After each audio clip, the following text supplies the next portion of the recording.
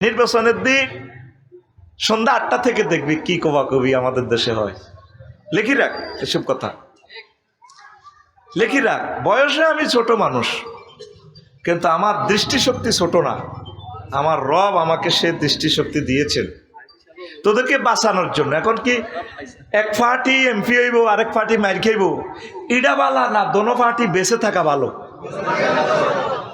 এই জন্য কই বাইশবার একমাত্র মেডিসিন হচ্ছে নির্বাচনের দরকার নেই। এমনি সলক কই দেয় সেটা যেন চলি যেদিকে যাইতে পারে, কদ্দুর চালাবি এটা আমরা জানি। স্টার্টও দিতে হইতো না, দেশের গাড়ি কি করতে হইতো না, স্টার্টও দিতে হইতো না। চালানি তো দূরের কথা, দেখবি যে সেলফ দিতে গেলে সেলফের ফিউজ নাই, এরপরে কারেন্ট কন্ট্যাক্ট করে না, গ্যাস কন্ট্যাক্টের ইটা, হেডলাইটের ইটা বন্ধ, হর্নের ইটা বন্ধ, চাক্কাও পাঞ্চার। দেশিটা যে চালাইতে যাইব, চালানি তো দূরের কথা, স্টার্টও দিতে পারবে না। হযরত মোশরেক নামাজ কলমা ঠিক আছে, আবু জাহেল ফলাইগা বহুত ভালো আছিল। হেতে হজের অনুষ্ঠান করাইতো, হজের নিরাপত্তা দিত। বনু হাশেমের এরা হাজিদেরকে খানা খাওয়াইতো।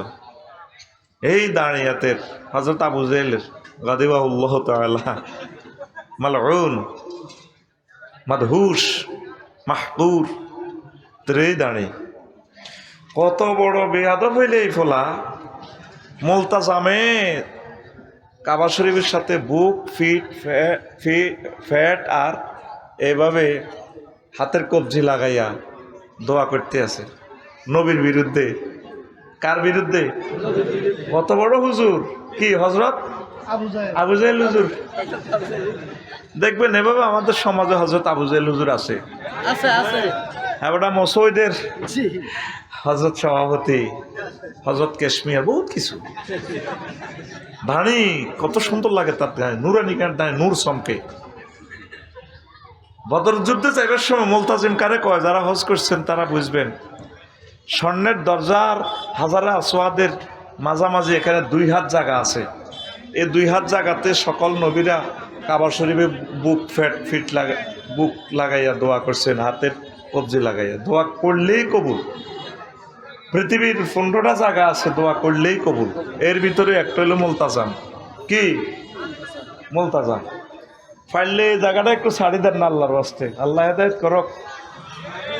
আমার জাতিরে 20 বছরও মঞ্চ কারে কয়, প্যান্ডেল কেমনে বানানো এটাই শিখাইতে পারি না। আমাদেরকে মারিয়ে লেবেল লাইন, এই কাপড়টা উড়ে গেলাম, ওদের বাতাসটা ছাড়াও, শাস্তি। এটারে কি কয়? মুলতাজাম। কি কয়? কারা কারা হজ বা উমরা করছেন একটু হাত দেখান দেখি, আমি বুঝি। নাই হাজী সাহেব উমরাকারী নাই? মুলতাজাম। আমি এবারেও মুলতাজামে ধরে দোয়া করেছি, মনে যারা যারা চায় নাম ধরে দোয়া করছি, আলহামদুলিল্লাহ। একবারে মুলতাজাম ধরি সাংবাদিক ইলিয়াস ভাইলে দোয়া করছি, ফিনাকি ভট্টাচার্যের জন্য দোয়া করছি, আল্লাহ যাতে তাদেরকে দিনের পথে আনে। তাকে অসুবিধা আছে না, ক্ষমতা সেখানে দেখাই দিচ্ছে। তো হেতে এই ফলা হযরত আবু জাহেল হেতে দোয়া করে, আল্লাহ মানসুর আহদাত তোয়াইফাতাইন। আল্লাহ বদর যুদ্ধে যাইতে আছি, এক পার্টি আমার ভাতিজা মুহাম্মদ সাল্লাল্লাহু, আরেক দিকে আমি, যে দল সত্যবাদী অধিক তাদেরকে তুমি বিজয় করো। দেখছেন নি দোয়া?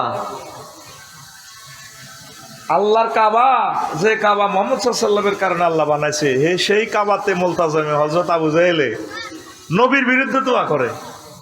এখনো সে হযরত আবু জাহেলেরা আসেনি আমাদের সমাজে, আমাদের থেকে দোয়া নিয়া আল্লাহ নির্বাচন শরীফে পাশ করি, আমাদেরকে ড্রাইভ এনাস ব্যাম্বু স্টিক খাড়া খাড়া, ঠিক কিনা? কোরআনের বিরুদ্ধে, রাসূল সাল্লাল্লাহু আলাইহি সাল্লামের সুন্নাহর বিরুদ্ধে আমরা 10 আঙ্গুলে দোয়া করছি, আবার আঙ্গুলে 1 আঙ্গুল দেয়। এই হুজুর চুপ করো। এইভাবে আবু জাহেলের সংখ্যা কিয়ামতের আগে আগে বেড়ে যাবে। সিদ্ধান্ত আপনাকে নিতে হবে, আপনি কি আবু জাহেলের কাছে থাকবেন না মুহাম্মদ রাসূলুল্লাহ সাল্লাল্লাহু আলাইহি সাল্লামের কাছে থাকবেন। আর কি নবী রাসূল আসবেন? নবী রাসূলের রিপ্রেজেন্টেটিভ কারা? ওলামায়ে কেরাম। এই নবী রাসূলকে 38টা গালিগালাজ করছে তার জাতি। কয়টা? আমি সংক্ষেপে বলে দিব কি কি গালি, একদম শর্ট প্যাকেজ আমি ইনশাল্লাহ করব। আমি সবসময় আমার শ্রোতাদের স্বার্থের দিকে খেয়াল রাখি, এই জন্য শ্রোতারা আমাকে ভালোবাসে আর জানে যে Afsari is the man of word. Afsari কথা রাখে। জীবনে আমার আর কোনো আমল নাই, একটা আমল, আমি যাকে কথা দিই চেষ্টা করি কথা রাখার। এটাই হলো মানুষের জীবনের একটা সৌন্দর্য। অনেকে চিন্তা করে শ্রোতারা যেহেতু বেশি আসছে হাম টাম দিই রাত শেষ করো। আমি সবসময় শ্রোতাদের স্বার্থ রাখি, তারা কখন বাড়ি ফিরবে, নিরাপদে যেতে পারবে কিনা। বেশি রাত হলে তারা যেতে পারবে না, বেঁচে থাকলে ওয়াজ আরও করতে পারবো। এই জন্য আমি 1 ঘন্টার উপরে করব না ইনশাআল্লাহ তাআলা। আমিন। তো দিন বিজয়ী সবচেয়ে দুশ্মনী কারা করবে? মুশরিকেরা। এখন মুশরিক কথাটা, মুশরিক কারা, এটা আমার সম্মানিত ইমাম সাহেবরা আপনাদেরকে অনেকবার বুঝায়। আল্লাহর আইনে, নবীর সুন্নাহ, ইবাদতে, আইনে, রাষ্ট্রের কনস্টিটিউশনে, আল্লাহ তো কনস্টিটিউশন দিয়ে দিছে 38টা মন্ত্রণালয়ে, সবগুলো মন্ত্রণালয় এখানে ভাগ করে দিছে আল্লাহ মহাগ্রন্থ আল কোরআনে। আপনি যদি এটা না মানেন তাহলে তো আপনি আল্লাহর আইনের সাথে শিরক করাই দিলেন, অংশী স্থাপন করলেন, 7 শরীকে কোরবান আর কি। তাহলে আপনি জান্নাতের গ্রাণও পাবেন না। তো এই আয়াতটা মহাগ্রন্থ আল কোরআনে 3 বার আসছে। সূরা তাওবাতে 33 নম্বর আয়াত, আল ফাতহে, তারপরে সূরা সফের 9 নম্বর আয়াত, সূরা আল ফাতহে আসছে 28 নম্বর আয়াত। তবে সেখানে আয়াতটা পুরা ঠিক রেখে শেষাংশ আল্লাহ এভাবে শেষ করছে, ওয়া কাফা বিল্লাহি শাহীদা। আর ওই 2টা আয়াতে হুবহুব মিল আছে, ওয়ালাউ কারিহাল মুশরিকুন। আর এখানে আছে ওয়া কাফা বিল্লাহি শাহীদা। হে নবী, আপনি যে সমস্ত ওয়াজ নসিহত করছেন সুবর্ণস্তরে সারা পৃথিবীতে আপনার রিপ্রেজেন্টেটিভরা করবে, আমি এ সমস্ত ওয়াজগুলো আমি রেকর্ড রেখেছি, আপনি চিন্তা করবেন না। আপনাকে আমি পাঠাইছি দিন বিজয় করার জন্য। তো রাসূল সাল্লাল্লাহু আলাইহি সাল্লাম বলছেন, আমার ছেলে মেয়ে রাখি গেছি আমি সুবর্ণচর, সর জিয়াউদ্দিন, সর মহিউদ্দিন, চর যুবলি, আটকফালিয়াতে। আমার কিছু ছেলে মেয়ে আছে, আমার ছেলে মেয়েরা হচ্ছে ওলামায়ে কেরাম। আল উলামাউ ওয়ারাসাতুল আম্বিয়া। আল উলামাউ, তাহলে অনুসরণ অনুকরণ নবীদের অনুসরণ অনুকরণ কার মাধ্যমে করবেন? ওলামায়ে কেরাম, সম্মানিত হক্কানি রব্বানি পীর মাশায়েখ, দ্বীনের দাড়ি, মুবাল্লিগ, তাবলীগের ভাইয়েরা যারা আছেন, দ্বীনের যেভাবে প্রসার করেন। এই মাদ্রাসাটাও দ্বীনের একটা মার্কাজ, বিবি রাহিমা নুরানি মাদ্রাসা, এগুলোর সাথে মিলেমিশে থাকবেন। আজকে হযরত নেট শরীফে দেখলাম, কিসে কি জানি কাজ করতে করতে দেখলাম ল্যাংটার গান। কয় ওরে আইসি ল্যাংটা যাইমু ল্যাংটা, ল্যাংটা সুলেমান, আমার ল্যাংটা বাবার লাইগা গো মন করে আনসান। চিন্তা করছেন মুসলমান কোথায় যাইতে আছে? কাইসি ল্যাংটা সামু ল্যাংটা, কেমন ল্যাংটা সুলেমান, ওনার পিসা বুজুর ল্যাংটা সুলেমান। কোন নবী ল্যাংটা ছিলেন? কোন ওলামায়ে কেরাম এভাবে ল্যাংটা ছিলেন? শরমগা ঢেকে রাখা ফরজ কি? এখন পৃথিবীটা চলতে আছে ল্যাংটা। ওলামায়ে কেরাম তাকে ধরে দাঁড়িতে পেশাব করতে বসলে দাঁড়িয়ে পর্যন্ত নবীর দাঁড়িয়ে ধর্মীয় অনুভূতিতে আঘাত হয়। ওলামায়ে কেরাম তার চুল দাঁড়িয়ে সুন্দর করে দিছে, তাদের জন্য দিছে মামলা। এটা বলে মানবাধিকার। সে যে মানবাধিকার লঙ্ঘন করতেছে ভদ্র সমাজে থাকিয়া, উনের ঘাটতি লইয়ে চলতেছে। কথা ঠিক কিনা? তার ফলা ওই যে মাহবুব সহ আরো যারা এই চুলগুলা কেটে খেদমত করতেছে জাতির, তাদের বিরুদ্ধে মামলা দিছে। তোর বাপের যে শাড়ি দিছস, তোর বাপের খানা কবরের নিছস খানা, এগুলো হলো ইসলামের নাম ইউজ করে ইসলামকে সন্দেহবাদীদের একটা ধর্মরূপ দেওয়া। আবার আরেকটা আছিল না নুরা পাগলা, ওলামায়ে কেরাম এলাকাবাসী প্রত্যেকে বারবার গেছে যে এটা আপনারা সমাধান করেন। নুরা পাগলা এই দাড়িমোস এই পাগলের ভেষ ধরিয়া রাসূল সাল্লাল্লাহু আলাইহি সাল্লামের কলিজার টুকরো উম্মতগুলাকে সে খ্রিস্টান বানায়। ওদের অবস্থান খুব কঠিন। সামান্য দাড়ি চুল, দাড়িটা সুন্দর করে দিছে, তার দাড়িতে দুর্গন্ধ আর পোকামাকড় ঝরি ঝরি পড়ে। 11 জনের নামে মামলা দিছে। দ্রুত তোমরা মামলা প্রত্যাহার করো। নুরা পাগলার মামলা 3000 লোকের বিরুদ্ধে মামলা দিছে, মামলা প্রত্যাহার করো। তৌহিদি জনতা খেপে গেলে নিস্তার নাই। পাগলেরা এখন আমাদের ভালো মানুষের হলে খেলায়। নুরা পাগলা, কি ফজা পাগলা, কত পাগলা শুরু হয়েছে। পাগল না, তারা তালে ঠিক আছে। রাসূল সাল্লাল্লাহু আলাইহি সাল্লাম বলছেন, ইরফাউল লোহা, তোমরা কি করো? দাঁড়িয়ে লম্বা রাখো। কতটুকু? সাহাবায়ে কেরাম রেখে 1 মুষ্টি। ওমর রাদিয়াল্লাহু তাআলা আনহু পর্যন্ত দাঁড়িয়ে ছাড়তেন, 1 মুষ্টির পরে স্মার্ট করে রাখতেন। আল্লাহ রসুল এত সুন্দর স্মার্ট করে চলতেন, সুঘ্রাণ আসতো, আতর ইউজ করতেন। আর এটির গায়ে খবিশের গন্ধ, ঠিক কি না? ওই এলাকার শয়তানও তো থাকে না। তোর বাপের খোঁজ খবর নিলি না? তোর বাপ সাধু, সাধু নামে ইসলামে কিছু আছে? কি শুরু হয়েছে ধর্মটা নিয়ে? তুমি সাধু বেশে অন্য ধর্মে চলে গেলে যাও না, মুসলমানের রাসূল সাল্লাল্লাহু আলাইহি সাল্লামের নাম ইউজ করিও না। স্টিকার লাগাইলে মুসলমানের, কাজ করো কাফেরের। নাবির নিচের ফসনটা পর্যন্ত কামানো সুন্নতি ইব্রাহিম, চুল সিতি করে স্টাইল করে রাখা সুন্নতি ইব্রাহিমি, দাঁড়ি তারপরে আশা আনো, চুল আশা আনো, মোষ ছোট করে রাখা, দাঁড়ি মোষে অত্তরই। মানুষের মুখের মতো খবিষ্যা গন্ধ পৃথিবীতে আর নাই। পেশাব পায়খানার ওই 2 রাস্তা দিয়ে, খবিষ্যার রাস্তা দিয়ে মাত্র 10% জীবাণু বাহির হয়। শুধু একটা হাসির সাথে মুখ দিয়ে 3000 রোগ জীবাণু বাহির হয়। তাহলে তার মুখে হাসি টাসি দিলে দাঁড়ি মোষে কি পরিমাণ জীবাণু! সে মানবাধিকার সে লঙ্ঘন করছে, তারে ট্রাইব্যুনালে উঠানো উচিত। সোলোমান পাগলা ডাগলা, নুরা পাগলা সহ যা আছে সকল উলামায়ে কেরাম দাবি উঠান মসজিদের মিম্বর থেকে, আমার কলিজার 11 ভাইকে যাতে মামলা থেকে অব্যাহতি দেওয়া হয়। মাহবুব, তুমি এই কাজ করতে থাকো। তুমি দমে গেলে কেন? প্রত্যেক ইউনিয়নে, প্রত্যেক থানাতে কমিটি করা হবে এই চুল, এই অযাচিত ফসম সাফ করার। আবডালে আড়ালে গাঁজা ব্যবসা। রাসূল সাল্লাল্লাহু আলাইহি সাল্লাম কারোর সাথে মুসাফা করলে কলিজা ঠান্ডা হয়ে যেত। 3 দিন আগে আমি ঢাকা গেলাম, ইন্টারসিটি তো তুর্না নিশিতা ইন্টারসিটিতে গেলাম বিএমটিটি এর ক্লাস নেওয়ার জন্য। স্নিগ্ধাতে সিট খেললাম, স্টেশনতে বসমু, এই পাগলদের আড্ডাখানা কি মোবাইল নিয়ে যা না গায়ে থুতু মারে। একটা রেল স্টেশনের আমাদের নিরাপত্তাটা কোথায় রইল? ওরা এইভাবে বেশ ধরিয়া আমাদের ভদ্র সমাজের, আমাদের মানবাধিকার লঙ্ঘন করতেছে।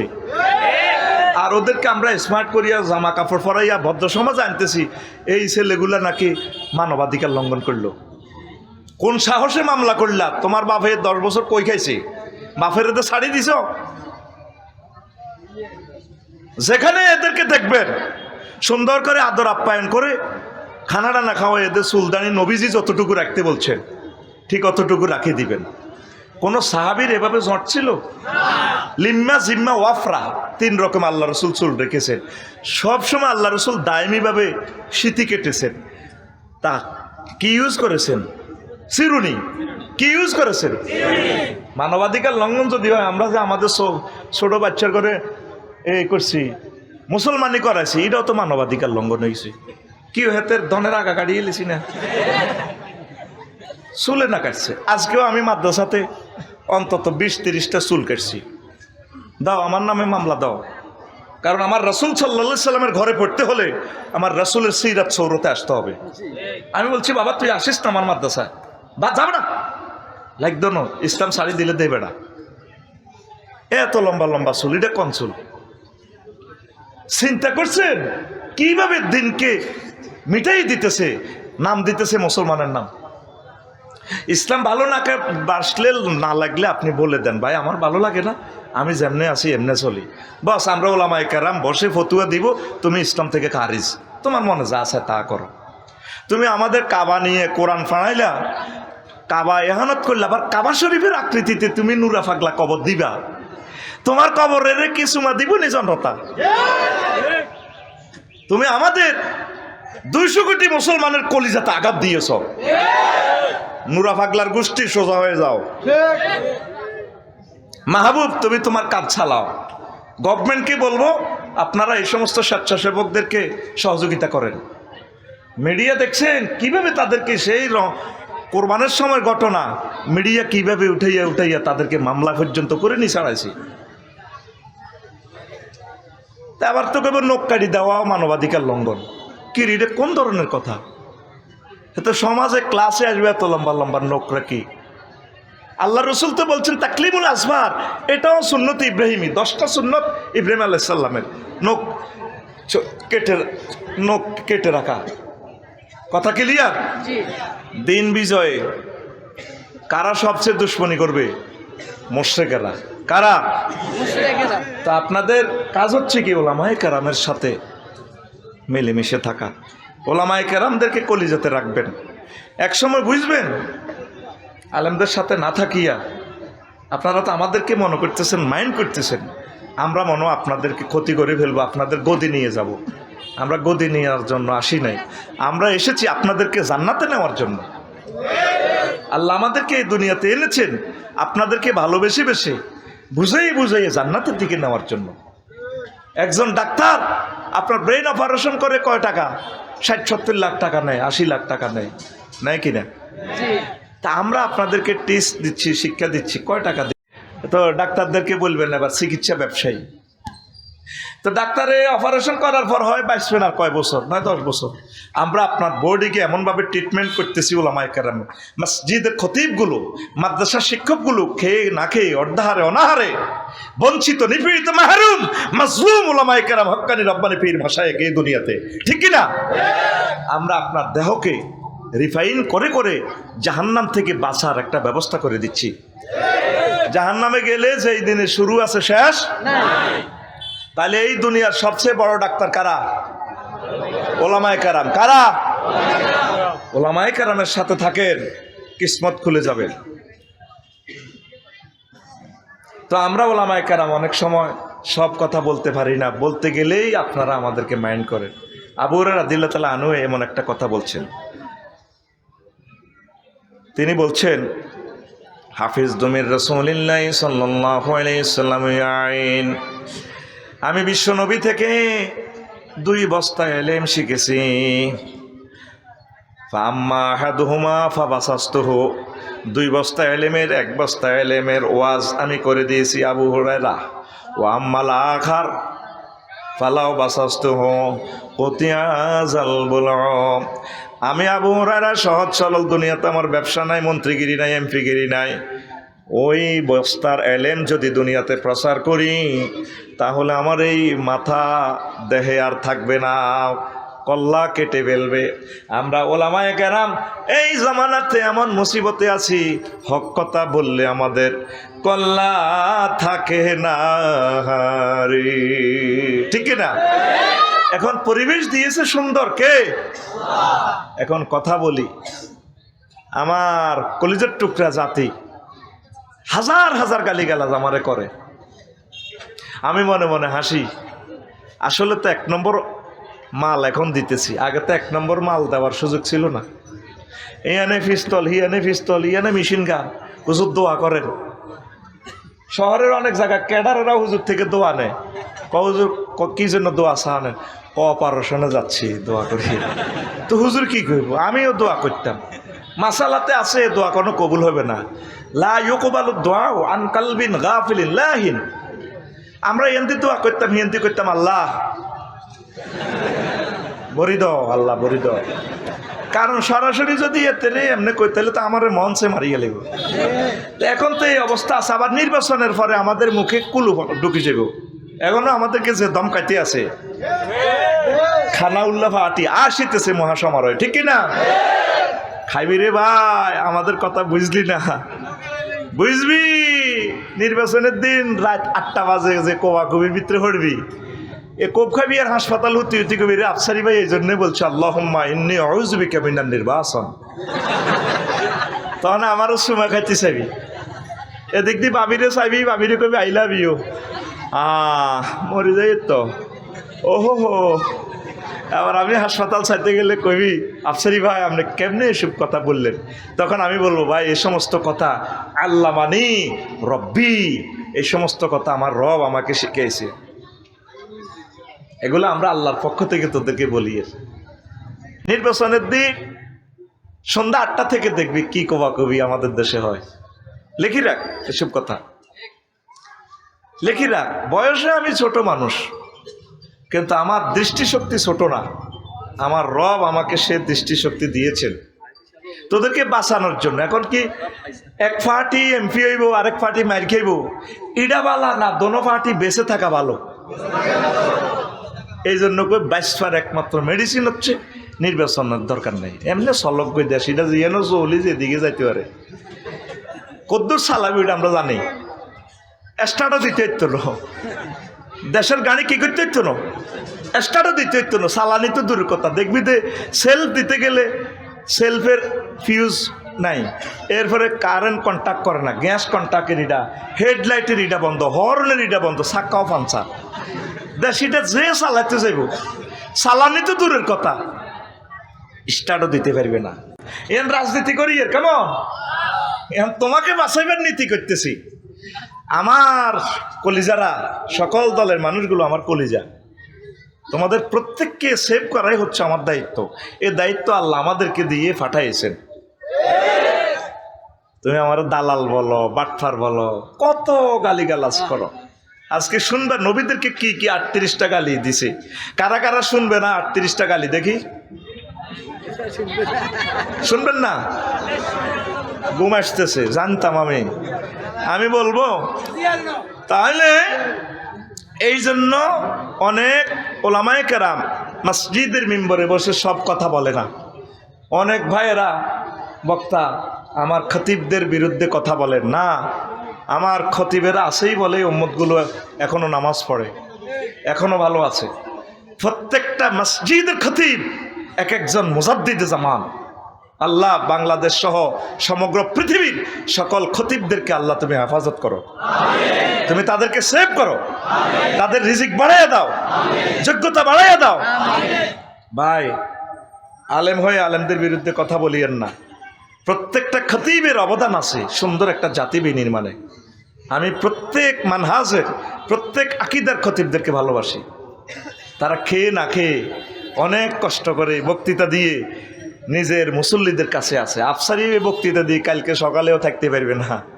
আর খতিবগুলো প্রতি সপ্তাহে তালিম তরবিয়ত দিয়ে দিয়ে মসজিদে টিকে আছে। তারা টিকে থাকা মানে ইসলাম টিকে থাকা। ভুল ত্রুটি হবেই, এটা কোনো ব্যাপার না। তো প্রিয় বন্ধুরা, নবীজির অবদান সবগুলো আমি শুধু 40টা অবদান আমি নোট করছি। ক্যামেরা থেকে আপনারা শুনে নেবেন, সংক্ষেপে আমি ব্যাখ্যা দেব না। দাওয়াতের মাধ্যমে ধর্মীয় সচেতনতা জাগ্রত করুন। সবসময় দাওয়াত আর দাওয়াত বিশ্বনবী দিয়েছেন, আমরা তো দাওয়াত দিই না। মাহফিল একটার আয়োজন করতে হলে কত নির্যাতন আর কত শাস্তি।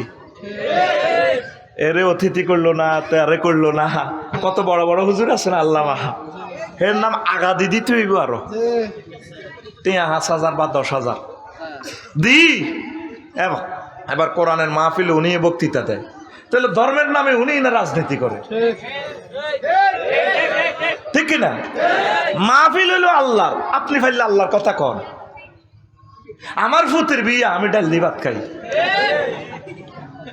আর উল্টা কয় আমরা বলে রাজনীতি করি। আমাদের রাজনীতির কি দরকার ভাই? আপনি কোরআনের মঞ্চে উঠছেন, আল্লাহ আপনাকে তৌফিক দিছে, দাওয়াত দিছে কর্তৃপক্ষ, যতক্ষণ পারেন কোরআনের কথা কন। কিসের কথা? এখন জানাজাগুলো দখল হয়ে গেছে। আমার এলাকার একটা বিশাল শিল্পপতি জানাজা গেলাম, আমি গাড়ি পার্কিং করতেছি, হুজুর গাড়ি সরান। বললাম কা? আমাদের আরো বালা বালা মেহমান রয়েছে, হেদেল্লাই এন্দি গাড়ি। অথচ ওই গ্রামে আমার 60,000 টাকা দিয়ে নিতে পারে নাই, জীবনে একবারও যাই নাই। আমার কাছাকাছি গ্রাম, তবু নেটে চলে যাবে কথা এটা। এরপরে দেখলাম লাইন ধরে ধরে শুধু লাশটা ছাতি আছে, 40 মিনিট শুধু লাশটা ছাতি আছে। খুব ভালো মানুষ, তিনি দানবীর ছিলেন, আমাদের এলাকার একটা আইকন। এরপরে হজরতুল আল্লামা, রাজনৈতিক নেতারা সব, একটা আলেমেও, এলাকার একটা স্কলার। আমি আবার ফিসে ছিলাম না, ফিসে থাকলেও দোষ, হ্যাঁ ওটারে কি আমরা দেখছি নাই, এটা তো দোষ ধরিয়ে নেবে আমার। এই জন্য আমি সিভিলে মফিজের মতো একটু সামনে একটু উকি ঝুঁকি মারি, এমনি হারিয়েছি। হাসস, কলিজাটা ছিদ্র করে দিছস তোরা। যে ময়দানে আমাকে 60,000 টাকা দিয়ে অফার করে নিতে পারলো না, সেখানে আমি গেছি। কারণ কি যাওয়ার? তখন মানুষের দিলটা নরম থাকে। স্ত্রী মেশিনটা যদি গরম থাকে, সে সময় কোত্তাটা ডলা দিলে কি হয়? কোত্তা ডলা যায়। একটা লাশ যখন আসে, এটা তো একটা ইব্রত, তাজা ওয়াজ। তখন যদি ওলামায়ে কেরাম একটু কথা বলে, মানুষের দিলে তাসির করে। একটা আলেমকে সুযোগ দেওয়া হলো না, শুধু মসজিদের খতিব সাহেবে সামান্য একটু কথা বলে, আল্লাহু আকবার, আসসালামু আলাইকুম রহমতুল্লাহ, আসসালামু আলাইকুম, আতুডা আতুডা ক। আর জীবনে জানাজাতে বক্তৃতা দিব না, জানাজাতে বক্তৃতা দিবে ওলামায়ে কেরাম। কানে ধর, কানে ধর। এ বেয়াদবি তোদেরকে শিখেছে কে? সব তো দখল করছে জানাজাটা পর্যন্ত তারা দখল করে ছাড়ছে। আল্লাহ রশিস রহমতে ভিডিওর মাধ্যমে জাগা মতে ওয়াজিয়ান আজকে রাত্রে হাঁদাই যাবো লাগসাম। কোনায় এই ঘটনাটা ঘটাইছে জাগা মতে। আল্লাহ তো জাগা মতে এটা দিবেল্লাই আমার আনছে। আমি কেঁদে কেঁদে আসলাম, 6-7 হাজার টাকা গাড়ি খরচ করে গেলাম। আমার আশা ছিল 2টা মিনিট আমার জাতিকে কিছু শোনাবো। আপনার এলাকায় এটি চলেনি?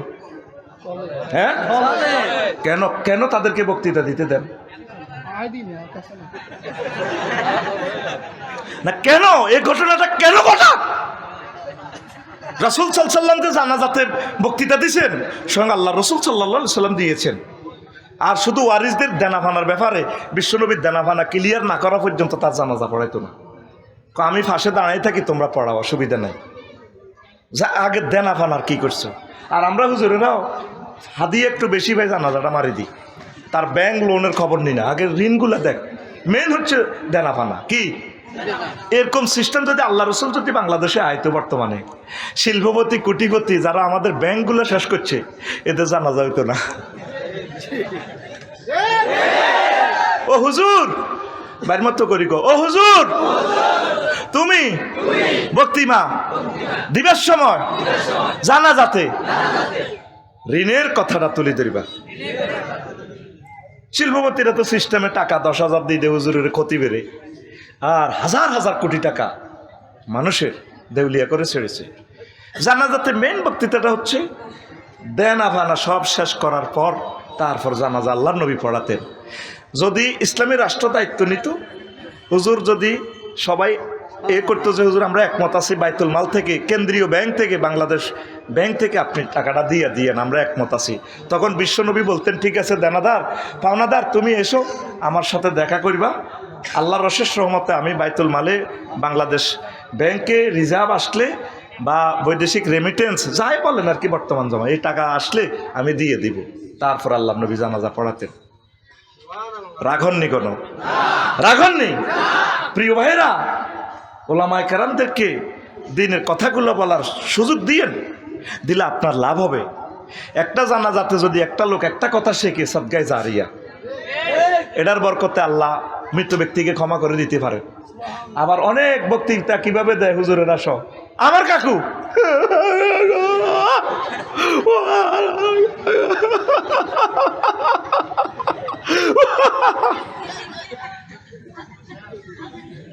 এই আমার মাহবুদের একটা আয়াত দিয়ে হুজুর কথা বলে না, সব হুজুর না, কিছু কিছু হুজুর নবীর একটা হাদিস দিয়ে কথা বলে না। আর ভাতিজা হুন্ডা অ্যাক্সিডেন্টে সরমইউদ্দিন ওরে ভাতিজা রে লই গেল। এটা কি কথা হইল? খানায় কাবার জানাজাগুলো কত সুন্দর, কত সুন্দর। মুস্তারাহ, মৃত ব্যক্তি হয় মুস্তারাহ নতুবা মুস্তারিহ। আমি এখন মৃত ব্যক্তির এলান শুনতে পেলে আমি খুশি হই, আল্লাহ বাঁচি গেছে লোকটা। সাহাবাই কারামের হুজুরের মৃত্যু সংবাদ শুনিয়ে বললেন যে হে মুস্তারাহ, শান্তি পাই গেছে। হুজুর যদি কবর আজাব হয়, দুনিয়ার নির্যাতন তো বাঁচি গেছে। অথবা মুস্তারিহ আসমাইলে সিগা, হুজুর মুস্তারিহ কেমনে হইল? সে যদি সন্ত্রাসী হয়, চাঁদাবাজ হয়, তাহলে তার নির্যাতন থেকে এলাকাটা নিস্তার পাইল। মৃত ব্যক্তি হয় মুস্তারাহ না মুস্তারিহ?